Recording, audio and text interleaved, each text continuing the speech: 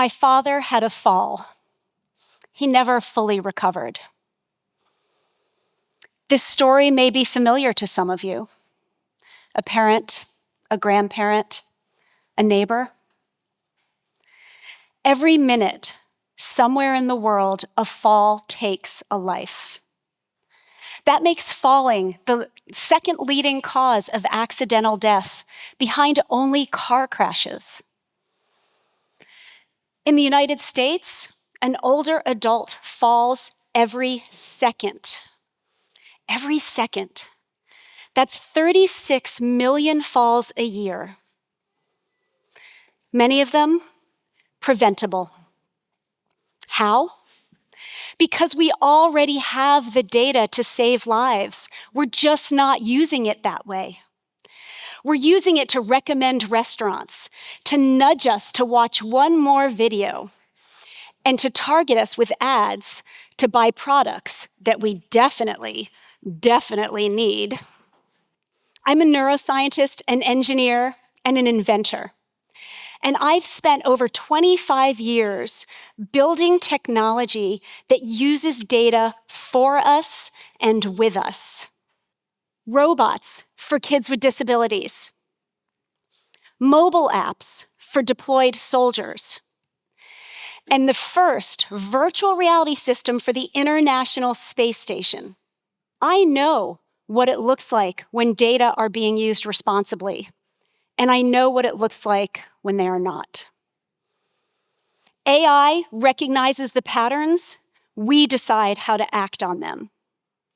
We already have the data to save lives. So now let's use AI to finally do it.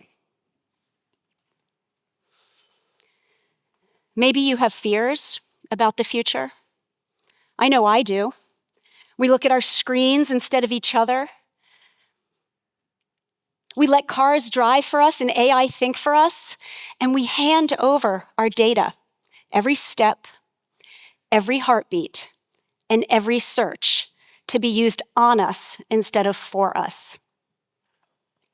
But I'm an optimist, a techno-optimist. I believe that technology can be used to make life better.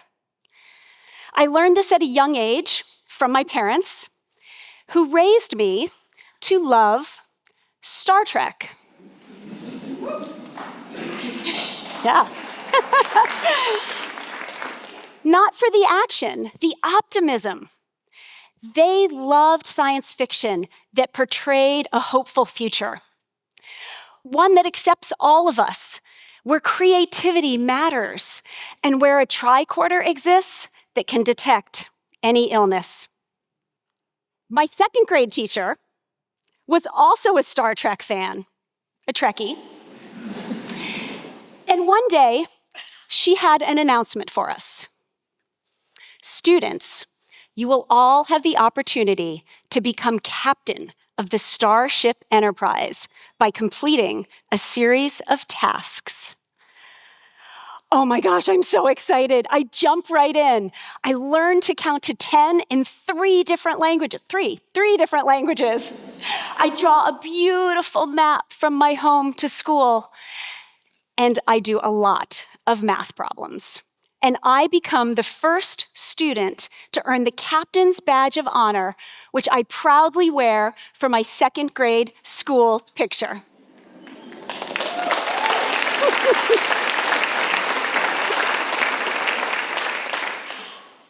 Later, I go on to start a company to build my own inventions. And I bring this childhood enthusiasm and optimism with me.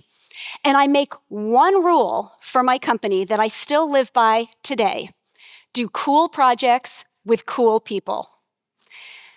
And so, to me, that means that you use technology to do three things: make us stronger and healthier, enable us to do things we couldn't do without it, and help create an equitable future. One of these cool projects that I did recently was with an inventor named Sydney.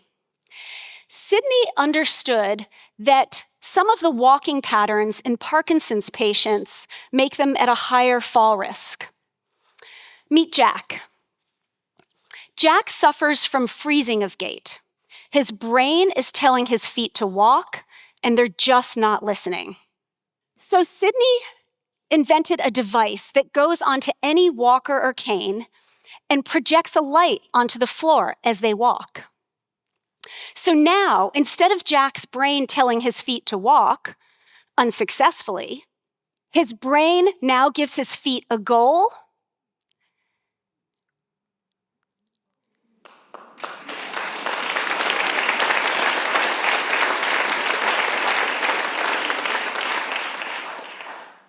His brain gives his feet a goal, and they're listening. It's amazing, the power of neuroscience. It is great, but it only works after someone has been diagnosed as a fall risk, whether due to Parkinson's or stroke, or maybe simply aging. Could we use AI to monitor walking patterns and intervene before someone becomes a fall risk? We'd need data. We'd need to know how well someone is walking. One measure of that is walking speed, or gait speed. It turns out that gait speed is such a powerful predictor of decline that it is sometimes called a sixth vital sign, right alongside heart rate and blood pressure. Now, all of our doctors measure blood pressure. Do any of them measure walking speed? Well, our phone does. It turns out that walking speed is one of the many things your phone is tracking. So let's use that data, build a model of Jack's walking patterns, and put an AI agent on his phone that will alert him or a loved one if his patterns change or if he's just not walking enough.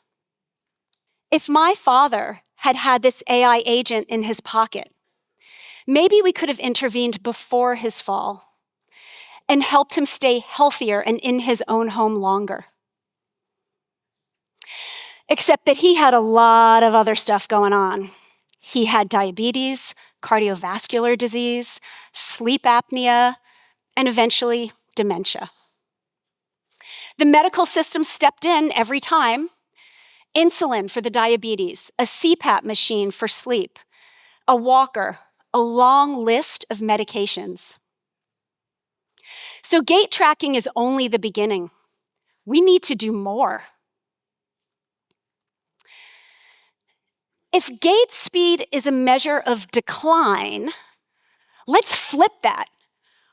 What could we use to predict a long, healthy life?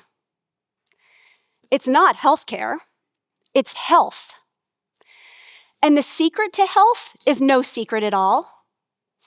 It's movement, it's sleep, it's nutrition, it's less stress, and it's community. We track all of that. I track all of that 24/7. My stress, my sleep, my steps, my social calendar. And that's just my phone and my wearables. We have the data to save lives. We're just not using it.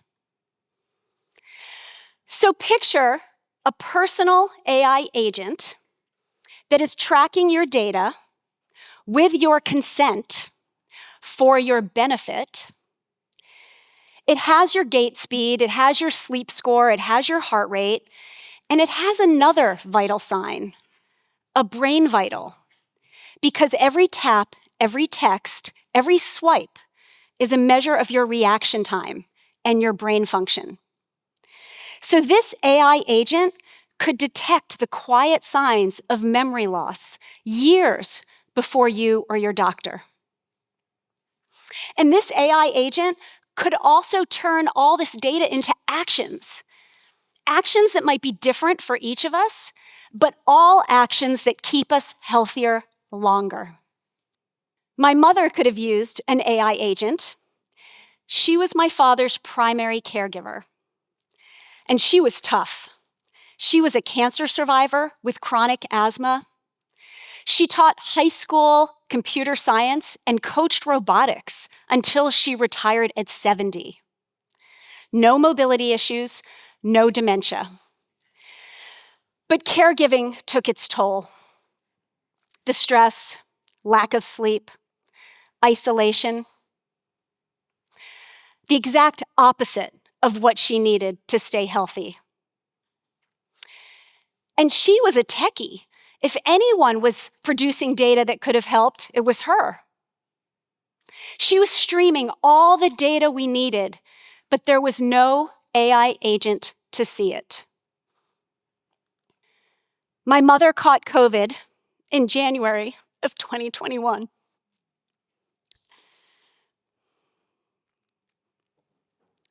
Before the vaccine.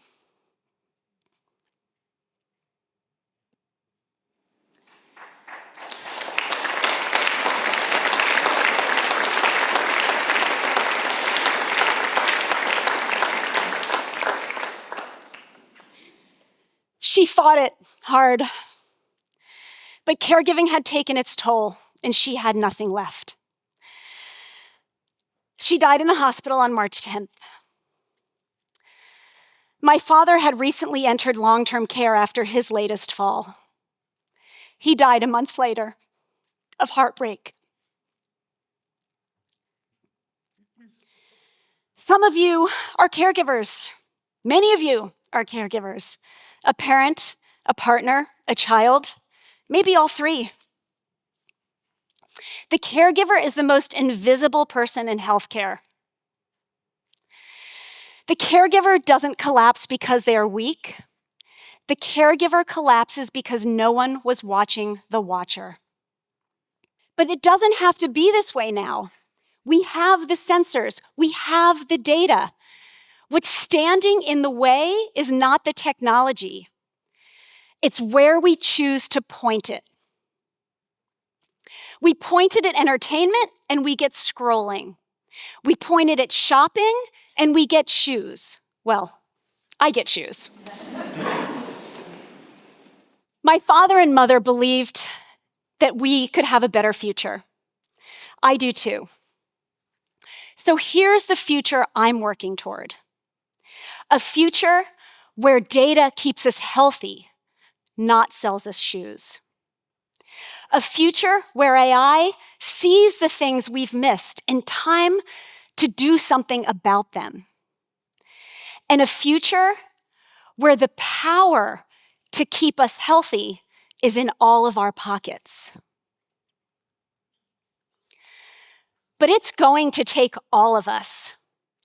If you build things, build for this future. If you invest in things, invest for this future. And if you buy things, demand this future. We already have the data to save lives. Now let's use AI to do it. Thank you.